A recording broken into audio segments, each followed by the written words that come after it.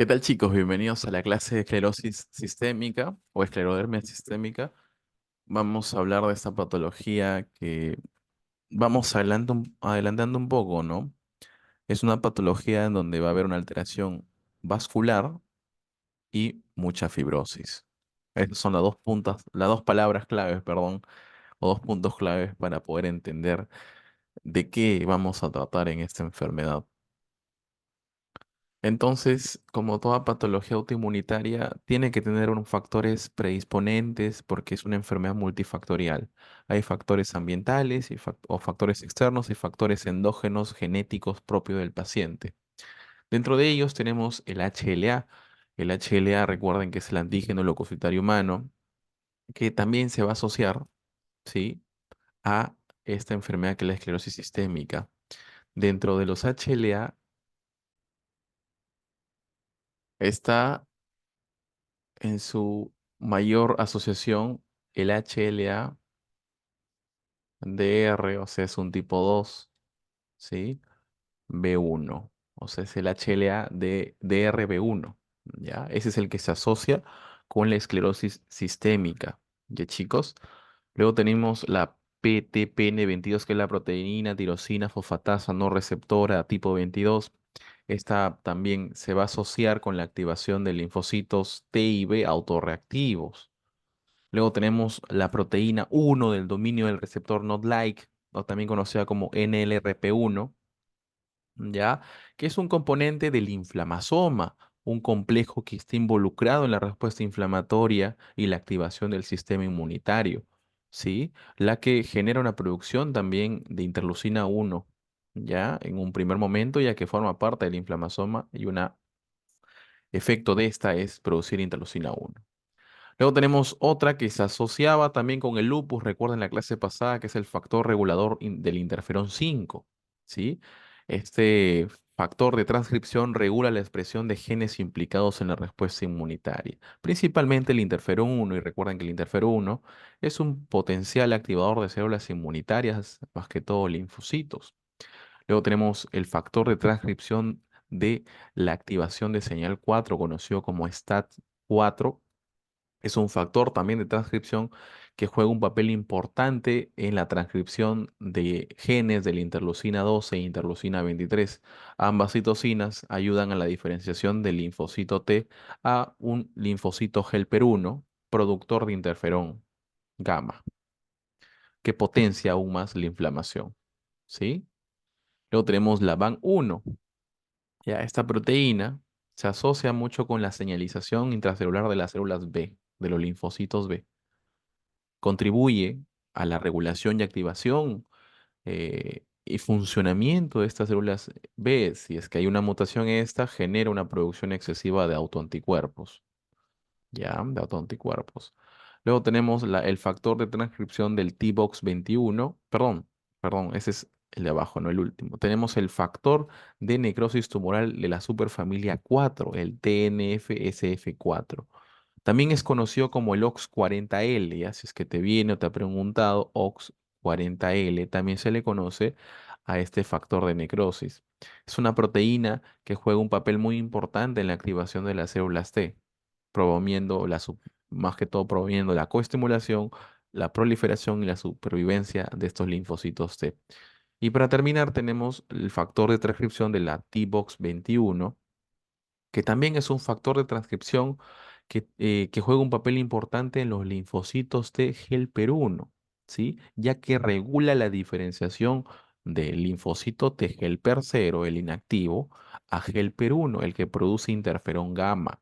Ya recordar, en inmunología tenemos linfocito helper 1 que produce interferón gamma, ¿sí? Que es el potenciador de la inflamación.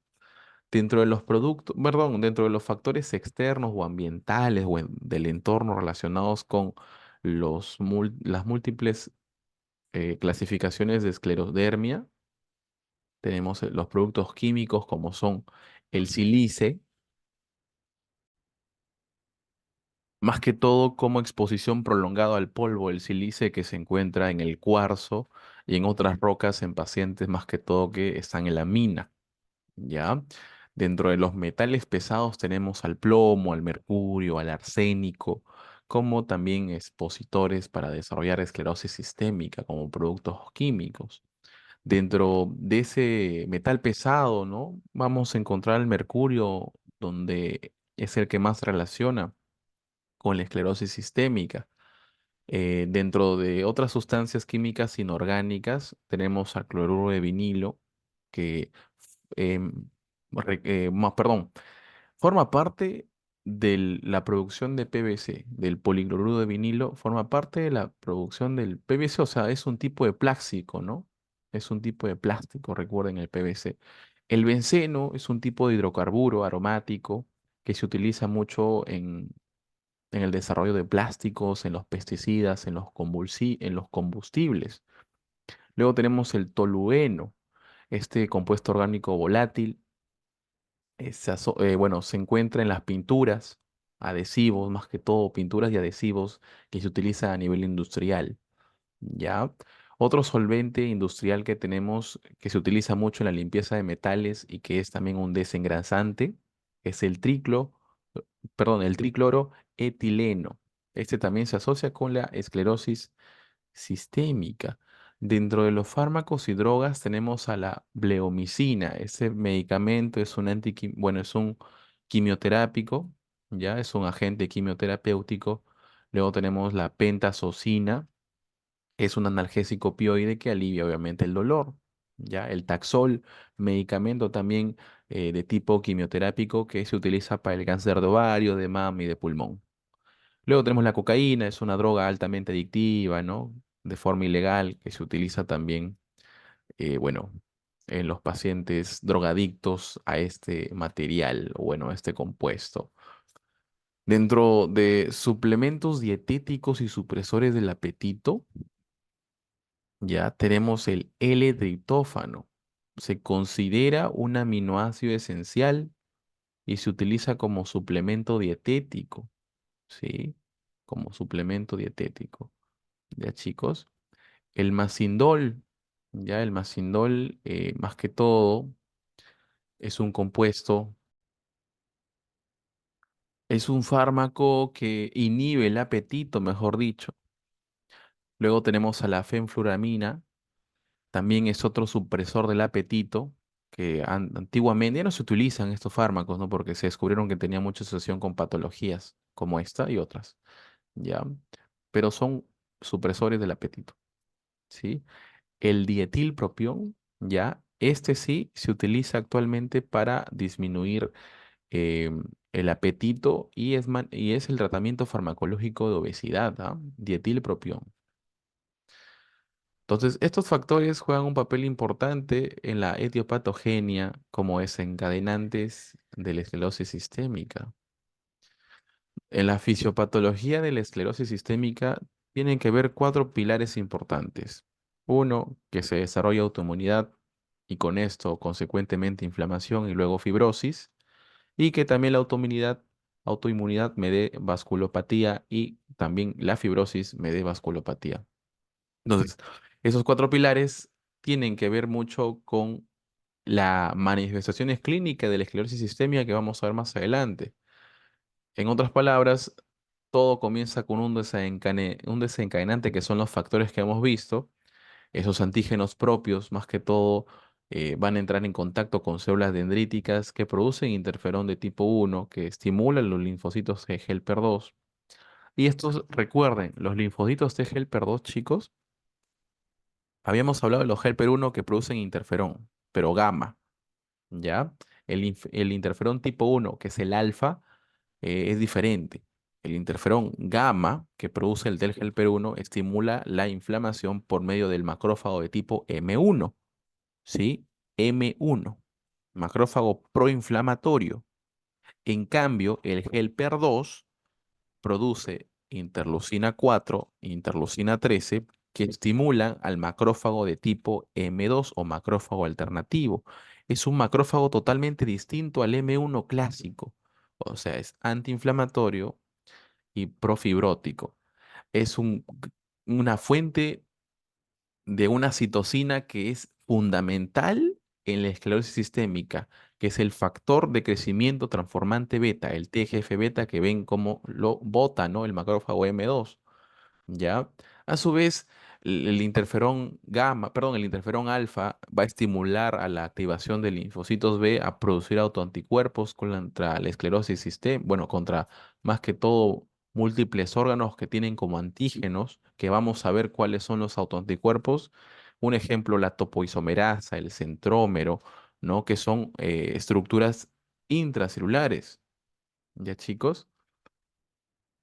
Entonces, más que todo, el desarrollo de fibrosis se basa en esa lesión y estimulación por medio del factor de crecimiento transformante beta a través, un ejemplo, de los macrófagos M2, ¿sí? Del interferón alfa, de los linfocitos T helper 2. Todos ellos tienen que ver con la producción de factor de crecimiento transformante beta.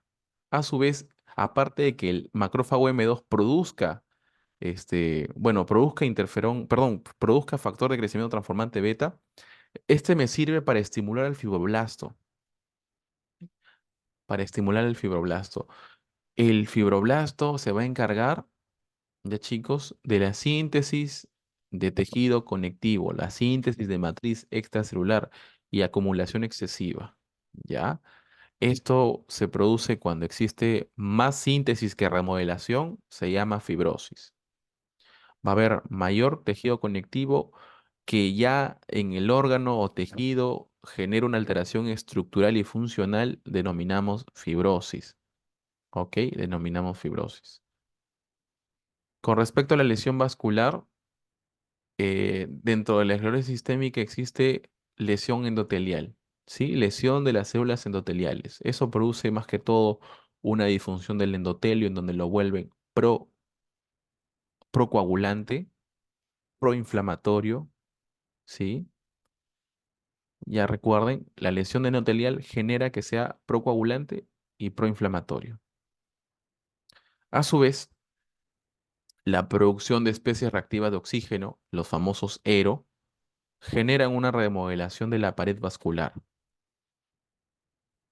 Y a su vez, hay un depósito excesivo de tejido conectivo en la adventicia, además de proliferación de las células musculares lisas de la túnica media. Recuerden que la adventicia es la túnica externa, ¿no? La externa es la adventicia. Entonces, el aumento de lo que estaba un vasito así, miren, vamos a dibujarlo. Ahí tenemos un vaso, ¿no? Va a ser un aumento de la adventicia, ahí lo tienen, y de las capa media. Este es capa media. Este es adventicia.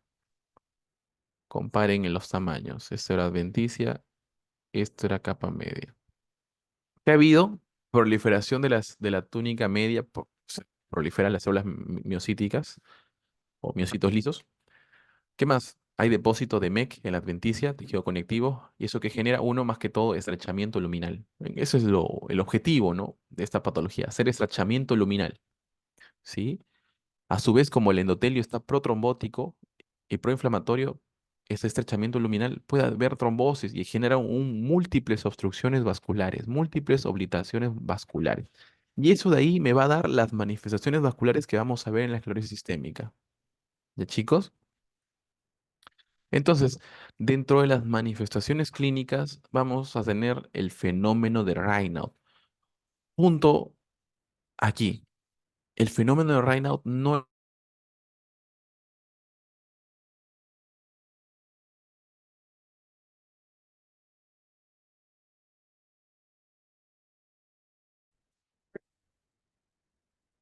es específico para esta enfermedad.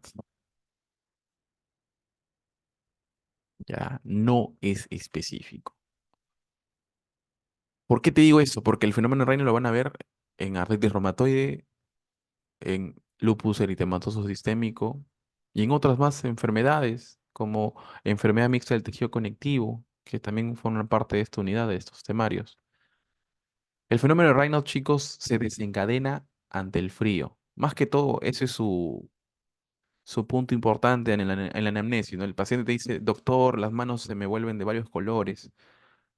¿Desde cuándo? Bueno, más que todo cuando hace frío, las temporadas de frío o cuando lavo la ropa en agua fría, se me cambia de color, más que todo la parte más distal, ¿no? De los dedos. Entonces, exposición al frío, punto importante. O cada vez que tiene ansiedad, el paciente, ambas manos cambian de coloración. ¿Cuáles son las fases? Primero, palidez, luego cianosis y luego se enrojece. ¿Ya? ¿Cuál es la explicación fisiopatológica? Recuerden que habíamos dicho que los vasos del paciente con esclerosis sistémica están con luz estrechada, ¿ya? Con luz estrechada y principalmente las arterias de la mano. Entonces, cuando se expone al frío, ¿ya? O cuando estimula su simpático mediante tensión emocional, genera vasoespasmo, ¿sí? Un vasoespasmo que dura unos minutos y eso que produce que los dedos primero se hagan pálidos porque no fluye sangre. Luego la sangre se desoxigena y se vuelve una cianosis periférica localizada. Y luego pasa el vasoespasmo, vuelve la sangre y ahora se vuelve enrojecida. Esas son las fases explicadas de forma fisiopatológica del fenómeno de Raynaud. ¿Ya, chicos? Esta enfermedad aparece en casi la mayoría de pacientes con esclerosis, o sea, dentro de que te dije que no era específica, pero sí es muy frecuente encontrarla sí o sí en la esclerosis sistémica, ¿ok? Recuerden que un fenómeno de Raynaud no tratado, ya, o un paciente que es muy dejado, puede llegar a ser ya afectaciones de úlceras en los pulpejos de los dedos por afectación de infartos distales, ¿ya? Otra alteración que genera el fenómeno de Raynaud es la alteración de capilares, ¿sí? Existe una alteración de capilares en la esclerosis sistémica, ¿ya? Perdón, en la esclerosis sistémica hay una alteración de capilares. Comúnmente se dilatan los capilares. En cambio, las arterias musculares em, se estrechan. Las capilares que son más pequeños se dilatan y se pierden, se atrofian. Vamos a ver más adelante que existe un examen para evaluar eso, la capilaroscopía. Entonces, las telangiectasias se van a observar en principalmente rostro y palmas de las manos. ¿Ya, chicos? Recuerden que son arañas vasculares también llamadas. En la cara, comúnmente en la mejilla, en la reacción malar. ¿Ya? Entonces, siempre digo esto, si el exantema malar es de lupus, las telangiectasias malares es de esclerosis sistémica o esclerodermia. Dentro de la afectación ya cutánea, recuerden que va a existir una fibrosis. El 100% de pacientes presentan afectación cutánea, aunque en la última guía ha salido una clasificación en donde hay pacientes con esclerosis sistémica pero sin afectación cutánea, ¿ya? Pero es raro. Casi la mayoría tiene afectación cutánea. Según los libros, es el 100%. Esta afectación cutánea se basa en tres fases: edematosa, indurativa y atrófica. ¿Ya? En la indurativa, ¿cómo sé que está indurativa mi paciente? Dedos en salchicha. ¿Dónde está? ¿Dónde está? Ahí está. ¿Ya? Miren, fase edematosa, dedos en salchicha. Paciente con las manos enrojecidas. No es por artritis, ¿ah? Es más que todo el tejido conectivo, ¿sí? La parte distal enrojecida y edematosa. Como está rojita y hinchada, se llama dedos en salchicha. ¿Sí, chicos? Luego tenemos la fase indorativa, donde la piel se engrosa, se empiezan a perder pliegues y al perderse pliegues da como un pseudo rejuvenecimiento. O sea, el paciente si estaba muy arrugada su piel por el envejecimiento de la piel. Si es que le da si es que le da esclerosis y posteriormente una fibrosis en la piel, se pierden estos pliegues, se pierden las líneas de expresión, ¿ya? Recuerden. Miren, antes de seguir continuando, perdón, antes de continuar, vamos a ver el fenómeno de Raynaud. Como pueden ver ahí, miren, palidez distal, ¿no? palidez distal. Esa es la fase, la primera fase de un fenómeno de Raynaud. Este paciente para... También se puede hacer una desencadenación de este fenómeno durante consulta externa, ¿no? Le decimos al paciente, a ver, coloque sus manos en esta tina con agua fría y esperamos unos minutos y se va a observar tal cual el fenómeno de Raynaud, ¿ya? Luego las cuatro imágenes de la derecha hacen manifestación de las úlceras distales o úlceras digitales comunes en una esclerosis sistémica. Ya chicos, las úlceras, no te olvides, por la isquemia. Acá, como pueden observar, son múltiples telangiectasias. En las mejillas lo pueden observar característico, ¿no? También que pueden observar esta boquita, miren, esta boquita pequeña y con pliegues longitudinales, igual ya es característico de afectación cutánea y más que todo de la fase indurativa. Los pliegues radiales peribucales, como hemos visto, y la microstomía son característicos de la fase indurativa. Ahí lo tienen, pliegues radiales y microstomía. ¿Ya? Asociado con telangiectasias en el rostro, ¿no? También puede haber en los labios y hasta en la lengua, como mucosas. ¿Ya, chicos? Asociado con el fenómeno de Raynaud, ¿sí? Eso es característico de una esclerosis sistémica. Luego tenemos la esclerodactilia, donde la piel de los dedos se endurece y se adelgaza. Eso genera una pérdida de la flexibilidad, ¿sí? O sea, el paciente, al endurecerse su piel, no puede hacer una flexión completa de los dedos. Ya chicos, no puede hacer, o en otras palabras, cerrar la palma con los dedos. Se le dificulta cerrar la palma. ¿Ya? Ahí igual, miren, tenemos esclerodactilia, ¿no? Ya chicos. Acá también tenemos los pliegues peribucales que habíamos dicho. ¿Ya? Y ahora vamos con la fase atrófica. Piel con pérdida de tejido conectivo, se forman úlceras cutáneas, ¿sí? Comúnmente en las prominencias óseas, ¿no? Estas úlceras cutáneas no son por la atrofia, sino por la vascularización, ya chicos, por la vascularización. Acá si vemos una fase atrófica, ya la piel con descamación, ¿sí? Esta es una úlcera más que todo de tipo isquémica, ¿ya? Luego la afectación musculoesquelética, la contractura perdón, la contractura articular va a ser secundaria a la fibrosis de la piel. ¿Sí?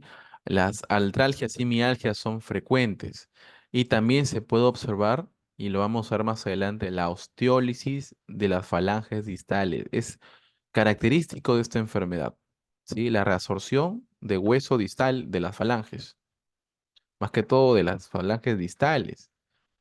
Vamos a verlo acá, ya vamos a adelantar. Ahí está, ya para poder tener una integración completa. Ahí lo pueden observar, chicos, la osteólisis, miren, comparen ambos huesitos, ¿no? La falange distal está partida, está fracturada, pero no es una fractura, ¿ya? Es más que todo una degradación de hueso, osteólisis, ¿sí? Osteólisis. Ya, chicos, también se puede calcificar las articulaciones, ¿ah? Acá hablábamos de los capilares, ya vamos a llegar a eso, ya, chicos, no se preocupen. Con respecto ya para terminar las manifestaciones cutáneas, existe una puntuación cutánea de Rodnan modificada para poder ver la gravedad de la esclerodermia. Miren, tenemos la escala de cada región, o sea, cada región tiene su propia escala, ¿sí? Cada región tiene más que todo una escala estándar, ¿no? O sea, si yo me voy a brazo, aplico esta, si yo me voy a tórax, me aplico esa. Acá está también según los colorcitos, ¿no? O sea, tenemos cuatro. ¿Sí? Cuatro escalas del 0 a 3. Cero es normal. Existe una piel que se puede peñiscar fácilmente, como pueden ver. B, una piel que se puede peñiscar, pero con cierta resistencia. La imagen C nos equivale a 2 puntos, que es una pliegue que está engrosada y que se puede peñizcar, pero con dificultad. Y la 3 es una piel engrosada severamente, pero que ya ni se puede peñizcar, ¿no? Es totalmente una piel pegada como cuero, ¿sí? Como cuero de res. ya, bueno, al tejido blando, ¿no?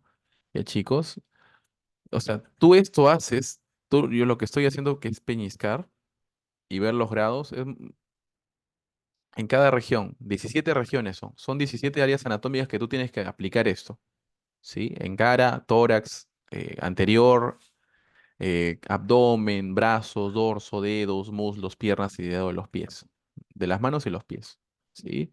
Entonces, un ejemplo, pones cara, tiene un punto. Bueno, grado uno, perdón, grado uno. Y así va sumando, ya chicos, y así va sumando.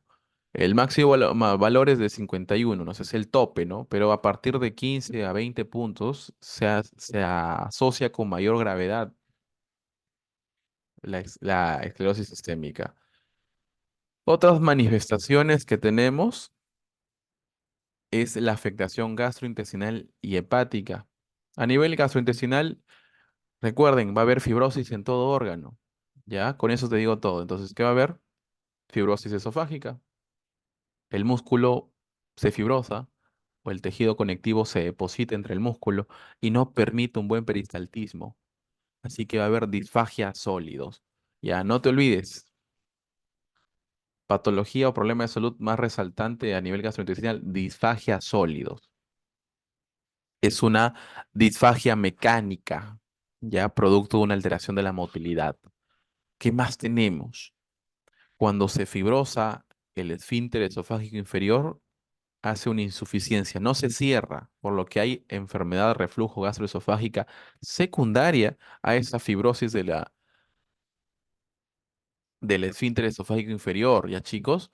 Por lo que va a haber síntomas de ERGE, como puede ser pirosis, regurgitación ácida, dolor retroesternal, ¿ya? Úlceras a nivel esofágico, estenosis péptica, hasta cáncer de esófago de tipo adenocarcinoma con su esófago de Barrett previo. ¿Qué más? La fibrosis del tubo digestivo me produce más que todo también trastorno de la motilidad con estreñimiento, ¿sí? Me produce constipación. ¿Ya chicos? Constipación. Eh, y con respecto al hígado, esta enfermedad autoinmune que es la esclerosis sistémica puede ir de la mano en un 8% de casos con la cirrosis biliar primaria, otra afectación autoinmunitaria, ¿ya? Con respecto a la afectación pulmonar, hay dos patologías comunes, ambas progresivas una a la otra. Primero, que va a haber una fibrosis del pulmón a nivel intersticial que se conoce como, bueno, forma parte de las enfermedades pulmonares intersticiales difusas, esta secundaria a una conectopatía, ¿no? Una patología del tejido conectivo, autoinmunitaria. ¿Sí? El paciente que presenta clínicamente disnea progresiva lenta y crónica, tos seca, crepitantes secos, acropatías por la patología pulmonar crónica, un patrón restrictivo a nivel de la espirometría, ¿no? Recuerden, eh, volumen expiratorio forzado al primer segundo disminuido, capacidad vital forzada disminuida y el índice o cociente normal. Ahí tenemos un patrón restrictivo y eso es lo que vamos a encontrar en una esclerosis sistémica con EPIT. A nivel radiográfico, patrón clásico, ¿no? De la EPIT, patrón retículo, micro, perdón, retículo nodal, reticular o micronodular, cualquiera de esos patrones, pero intersticial. Es un patrón intersticial, chicos, ¿ya? ¿Qué pasa si no se maneja a tiempo la EPIT y sigue continuando? La EPIT, recuerden, toda EPIT se complica crónicamente ¿con qué? Con hipertensión pulmonar. El paciente con esclerosis sistémica puede desarrollar hipertensión pulmonar y actualmente es el problema que más se asocia a la gravedad, la hipertensión pulmonar. Antiguamente era la crisis renal esclerodérmica, ¿sí? Pero actualmente es la afectación de la hipertensión pulmonar.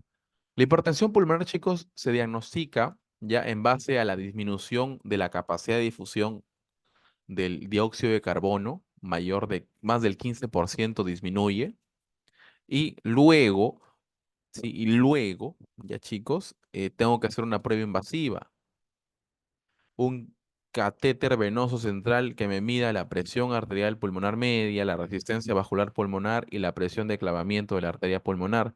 Todo eso es un procedimiento invasivo que me sale más objetivo si es que tiene o no hipertensión pulmonar. Las tres, bueno, la presión arterial pulmonar tiene que estar en la media, más de 25 milímetros de mercurio, la resistencia más de 3 unidades Wood y la presión de clavamiento menos de 15 milímetros de mercurio. Estos cuatro criterios son importantes para diagnosticar hipertensión pulmonar cuando tienes una esclerosis sistémica. Ya, chicos. En la afectación cardíaca, la fibrosis miocárdica con su posterior miocardiopatía restrictiva, ¿sí? Recuerden, cuando ya han llevado cardio, segunda unidad de medicina uno, las miocardiopatías dentro de las restrictivas estaba la esclerosis, ¿no? Sistémica, ¿ya? Me va a dar una disfunción diastólica, la restrictiva, ¿no? Con insuficiencia cardíaca con disfunción diastólica. ¿Ya, chicos? Y luego tenemos la afectación renal. La esclerosis sistémica se asocia con una fibrosis del riñoncito, una esclerosis más que todo de glomérulos, con disminución de la tasa de filtración glomerular, ¿sí? Y otros signos de insuficiencia renal, ¿ya? Pero cuando hablamos de crisis renal esclerodérmica, un paciente que de forma brusca e inmediata presenta aumento de creatinina, oliguria, hipertensión arterial sostenida. Todo eso de ahí dentro de un paciente ya diagnosticado con esclerosis sistémica comúnmente, ¿ya? Y desencadenado en épocas de frío, como el fenómeno de Raynaud. Por esa relación del frío con la crisis esclerodérmica, se relaciona que esta crisis se debe a que la vasculopatía produce una isquemia eh, en el riñoncito, ¿no? Un vasoespasmo por el frío en la arteria renal produce esta crisis renal esclerodérmica. Se cierra el flujo sanguíneo en el riñoncito, produce signo de insuficiencia renal aguda. Acá tenemos exámenes complementarios de tomografías, ¿ya? Recuerden que para observar mucho mejor EPIT se utiliza la TACAR, ¿no? La tomografía de alta resolución, no la, no la, no la básica, por así decirlo. Como pueden ver, en el lado izquierdo es un pulmón normal, esa ventana pulmonar no tiene nada, ¿ya? Y luego ven la letra B y C, ¿no? La letra B es una EPIT, ¿sí? Leve, progresiva, ¿ya? Y en la letra C se observa ya una fase terminal, ¿no? Con formación de panales, etcétera, de esa EPIT por esclerosis sistémica. Dentro de los exámenes complementarios hemos visto que se utiliza radiografía de tórax, ya, para el patrón micronodular, reintersticial del EPIT, espirometría para ver el patrón restrictivo, ¿sí? Perfil renal, ¿sí? Perfil cardíaco, electrocardiograma para ver si hay una arritmia por la fibrosis, ecocardiografía, ¿no? Ok, para ver la insuficiencia cardíaca o no. Ya, chicos. Y ahora vamos a ver bueno, las pruebas serológicas de anticuerpos, ¿sí? Existen varios anticuerpos que se asocian a esclerosis sistémica.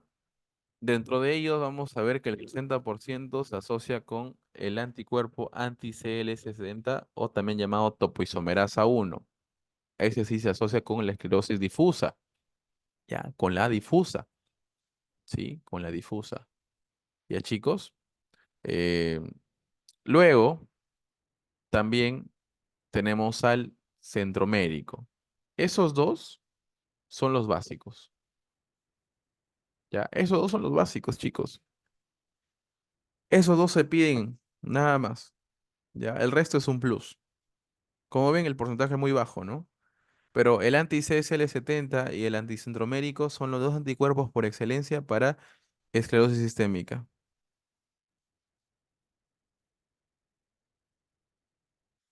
¿Ya, chicos? Em, Diferencias entre dos anticuerpos.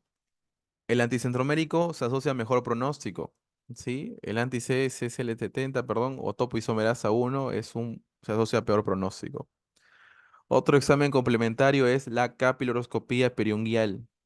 ¿Sí? Como pueden ver la imagen que dice normal, miren bien, ahí están los capilares, cerca al base de la uña, ¿ya? Por eso es capilaroscopía. Se utiliza a nivel de la base de la uña de los dedos, en donde tenemos capilares que se observan, no hay hemorragias, no hay pérdida, no hay neovascularización, no hay eso. Ahora vamos a ver las imágenes de abajo, de izquierda a derecha. Izquierda, patrón temprano.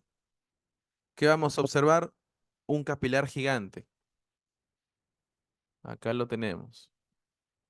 Miren, este es un capilar normal, ¿no? Capilar normalcito. Ahí se ve muy bien. Ahora que tenemos aquí un capilar gigante.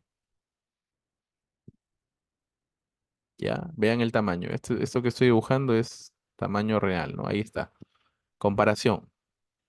De patrón de mano empieza a ver capilares gigantes, empieza a ver microhemorragias, que son manchas aquí, microhemorragias.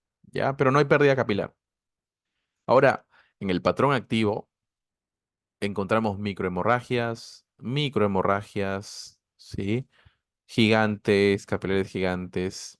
Y ahora no hay, no veo más. Se tendría que ver esto, ¿no, chicos? Miren, estas formas de culebritas así, ¿ya? No hay, no hay esto. Se ha perdido. Hay pérdida capilar. En el tardío, peor, no hay nada, no veo ni una en capilar, se ha perdido todo. ¿Ya? Hay área vascular. Lo que sí hay es neovascularización, o sea, una desorganización con capilares gigantes recién formados, tratando de encontrar circulación. Es un patrón tardío. Ya hemos visto esto, ya chicos. Ahora vamos con criterios diagnósticos. Tenemos los criterios diagnósticos históricos. Ya los históricos. Tenemos también los actuales, ¿no? Los históricos se formularon en 1980, ¿sí? Solamente que tienen una baja sensibilidad para estadios tempranos, por lo que se formuló por lo que se formuló. Perdonen, chicos, la del 2013, ya, los criterios del 2013 que están aquí.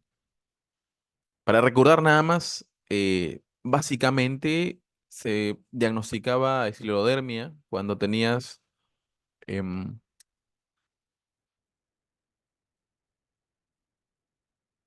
perdón, esclerodactilia, fibrosis pulmonar de tipo EPIT, ¿sí? Fositas digitales, más que todo úlceras digitales, ¿ya? Eh, Luego también fenómeno de Raynaud, telangiectasias, ¿sí? Anomalías de esas capilares que se ven en la capilaroscopía y anticuerpos específicos. Actualmente existe un score, 9 puntazos. ¿Cuáles 9 puntazos? Engrosamiento de la piel de los dedos de ambas manos que se extienden proximal a las articulaciones metacarpofalángicas, ¿no? Ya, esos 9 puntos. Ahí dentro de ellos está la esclerodactilia. Si está ahí esclerodactilia, 9 puntos.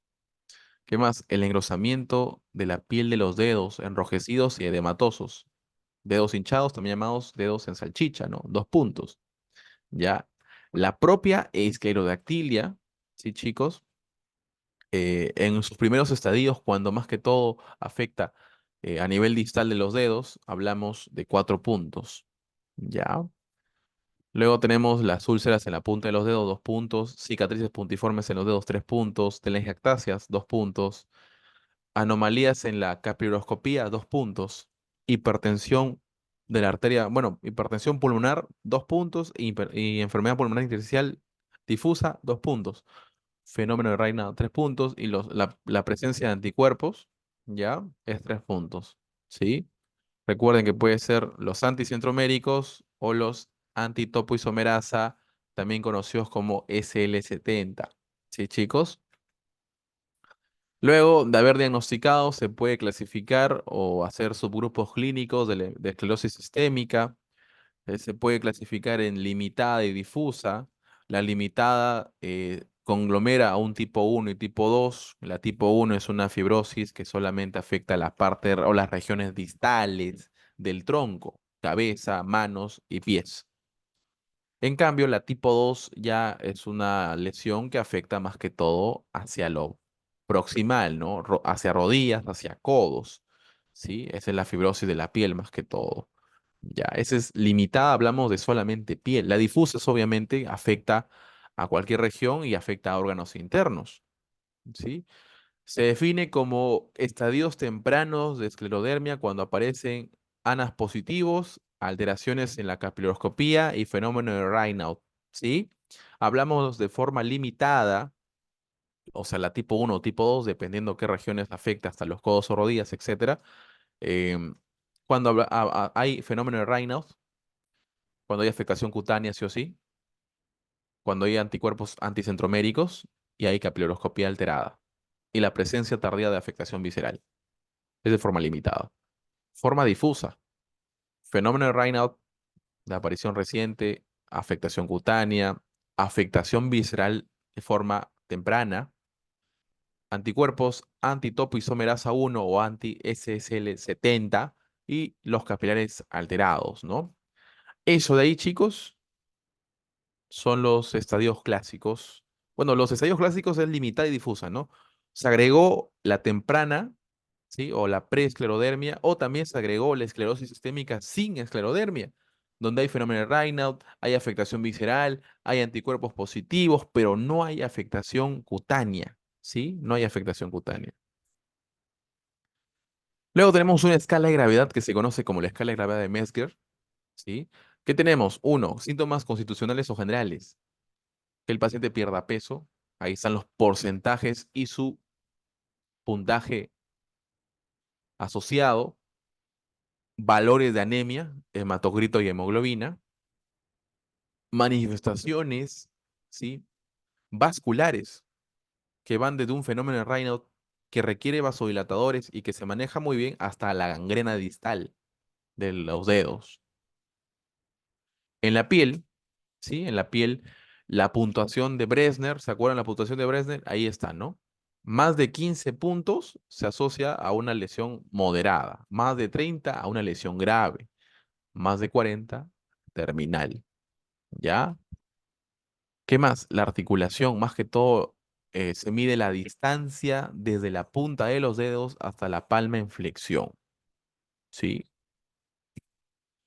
Músculos, ya también la debilidad muscular.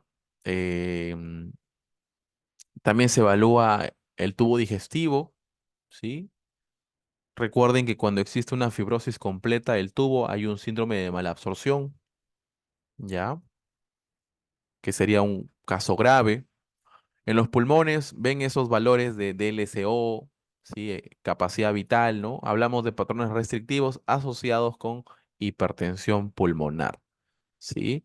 En el corazón, EKG, ¿ya? Tu ecocardiograma para ver tu FEBI, ¿sí? Esos dos son exámenes complementarios importantes. Riñones, siempre tu creatinina, ¿sí? Y seguía acá de la creatinina. Y si es que ha tenido episodios de crisis renal esclerodérmica. Y para terminar tenemos el tratamiento. El tratamiento de esclerosis sistémica, vamos a hablar del actual, del 2023, ¿ya? En la afectación cutánea, hasta el año pasado no había, bueno, se recomendaba fármacos, pero eran muy tóxicos, ¿sí? Entonces, en la última guía se recomienda el metotrexato como considerarse, no recomendarse, se puede considerar para el tratamiento de manifestaciones cutáneas. ¿Qué más? El fenómeno de Raynaud, sí, esa patología dentro de la esclerosis sistémica es muy, muy estudiada y ya tienen recomendaciones, ya chicos, así que no duden eso, ¿no? Si tienen un fenómeno de Raynaud, utilicen nifedipino o diltasem, que son antagonistas de calcio dihidropiridínicos, que son como primera línea, ¿no? Que son recomendados como primera línea en el fenómeno de Raynaud.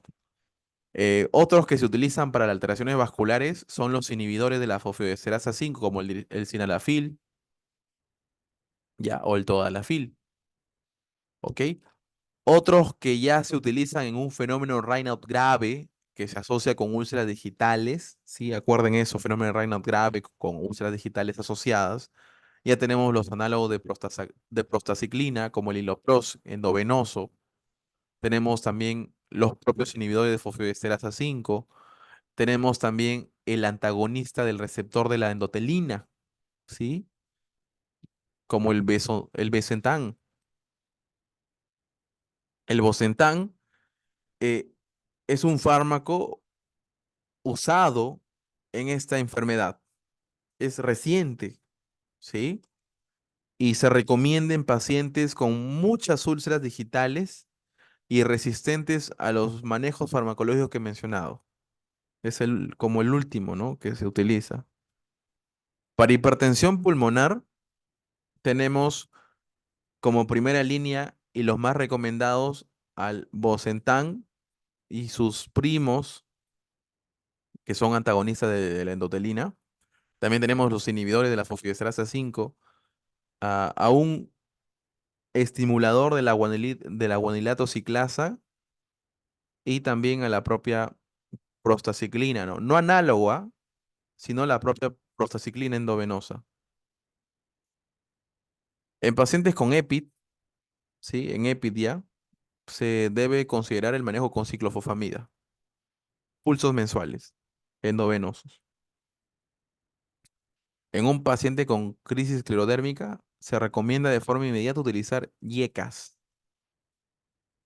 Y para pacientes con alteraciones del esófago y con reflujo, su IBP, su inhibidor de bomba de protones. ¿Ya? Su inhibidor de bomba de protones. Como procinéticos para pacientes que tienen alteración de la motilidad intestinal, te recomiendo como la metoclopramida, que ayuda a aliviar la sensación de plenitud y movilidad gástrica. También la domperidona, ¿ya? La domperidona, ¿ok? También es un procinético que ayuda a la motilidad gastrointestinal. ¿Ya, chicos? Eso sería todo. Nos vemos en la siguiente clase. Gracias.